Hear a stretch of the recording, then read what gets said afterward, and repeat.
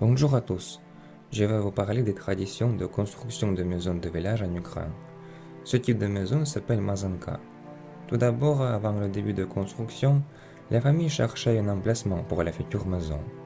Il était interdit de construire une maison sur un chemin ou dans un endroit où une autre maison était incendiée par la foudre. L'endroit a été choisi avec soin. Le plus souvent, la construction était sur une colline sur laquelle il n'y a pas d'humidité. Mardi, jeudi, vendredi et samedi étaient considérés comme des jours propices à la construction d'une maison.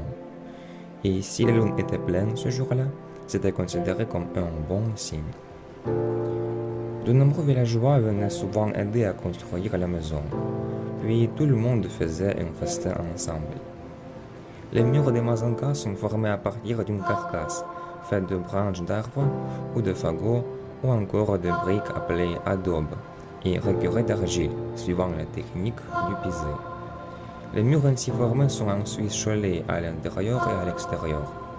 Le toit était recouvert de paille ou de roseaux, ce qui rendait la maison plus chaude en hiver et plus fraîche en été.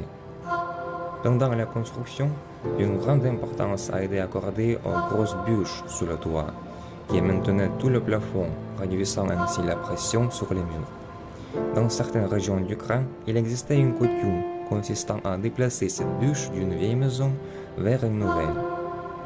Les mazankas se composaient d'une ou plusieurs pièces principales et d'une pièce supplémentaire.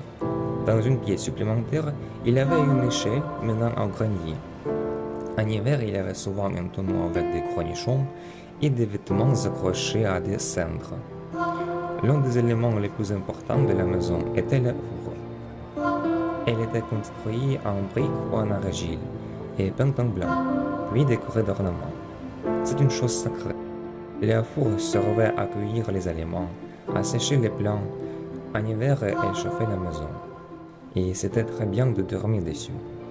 Si vous avez remarqué, la partie principale de la mazanka est peinte en blanc et la partie inférieure est peinte en noir. C'est aussi une tradition. Les Ukrainiens divisent la maison en trois parties. Le plafond symbolise le monde spirituel. Les murs symbolisent la vie terrestre et la partie inférieure de la maison symbolise le monde des morts. Et cette partie est donc peinte en noir. C'est une sorte de protection contre les forces du mal. J'espère que vous avez aimé découvrir cette tradition. Merci pour votre attention.